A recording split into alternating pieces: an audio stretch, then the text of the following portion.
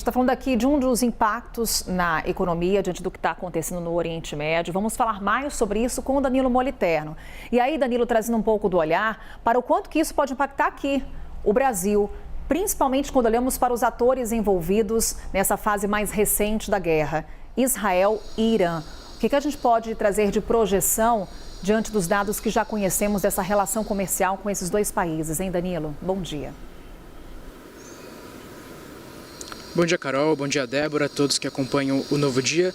Exatamente, Carol. Conforme essas tensões se escalam no Oriente Médio entre Israel e Irã, a gente começa a pensar, como a Débora vinha mencionando, nos impactos disso para o Brasil. E um dos fatores a serem aí observados é o comércio exterior brasileiro com estes dois países, ou seja, as trocas comerciais, as trocas de mercadorias que o Brasil faz com Irã e Israel. E por isso a gente traz aqui hoje um cenário de como são as trocas do Brasil com estes dois países, Irã e Israel. Vocês vão ver aí na tela uma arte que mostra que em 2023 a soma das trocas do Brasil com Irã e Israel ficou na casa dos 4,3 bilhões de dólares em 2023, portanto, sendo 2,3 bilhões com o Irã e 2 bilhões com Israel. Mas para a gente entender de fato quais seriam os possíveis impactos, é importante a gente olhar para a minúcia desse dado.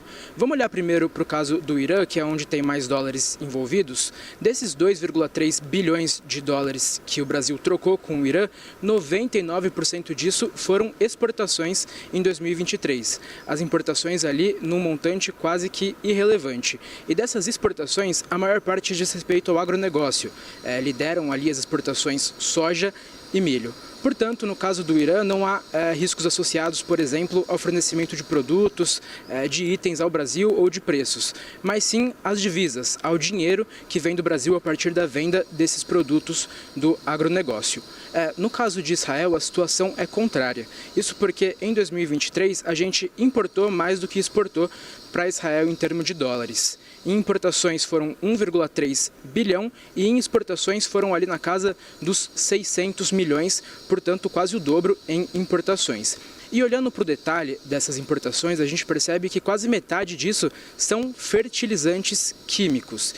E fertilizantes químicos são super chave para o Brasil, isso porque o Brasil depende muito da importação de fertilizantes do exterior. A gente tem um agronegócio muito forte e uma produção nacional de fertilizantes que não atende a essa demanda do agronegócio, não atende sequer a 15% dessa demanda, portanto um insumo chave. A Débora mencionava o conflito entre Rússia e Ucrânia, e esse conflito já havia impactado o nosso fornecimento de fertilizantes, é claro, numa escala muito maior, porque Rússia e Ucrânia mandam para o Brasil muito mais fertilizante do que Israel manda. Israel é responsável por cerca de 5% dos fertilizantes químicos que são importados pelo Brasil. Portanto, um balanço, no caso do Irã, o principal risco associado a essas divisas, esse dinheiro que entra no Brasil, e no caso de Israel, o maior risco associado, por exemplo, a esses fertilizantes. E uma última informação para fechar, Carol, eu falei com alguns membros do governo brasileiro e especialistas para ver como eles estão avaliando estes possíveis impactos ao comércio exterior do Brasil. E o que eles dizem é que, neste momento, o impacto ainda é pequeno, considerando essas cifras em dólares que estão envolvidas no comércio do Brasil com esses dois países. Porém, o que o governo nos diz é que acompanha a situação. E fontes do governo e especialistas indicam que os impactos seriam maior, por exemplo, como vinha mencionando a Débora na análise anterior, caso sejam impactadas rotas de comércio internacionais que passam ali na região. Portanto, um balanço aí dos impactos para o nosso comércio exterior. Carol.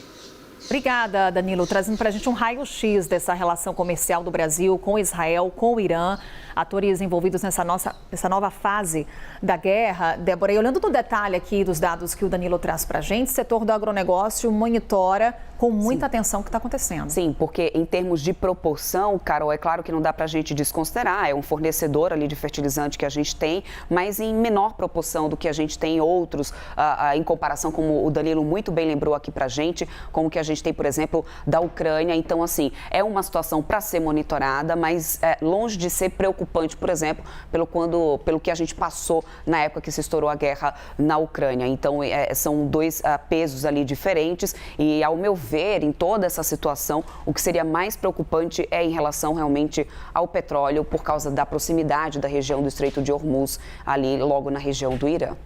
Débora Oliveira trazendo para a gente o olhar da economia sobre o conflito no Oriente Médio. Daqui a pouco a Débora volta para falar sobre outros assuntos também em destaque no mundo da economia. Débora, até já. Até mais.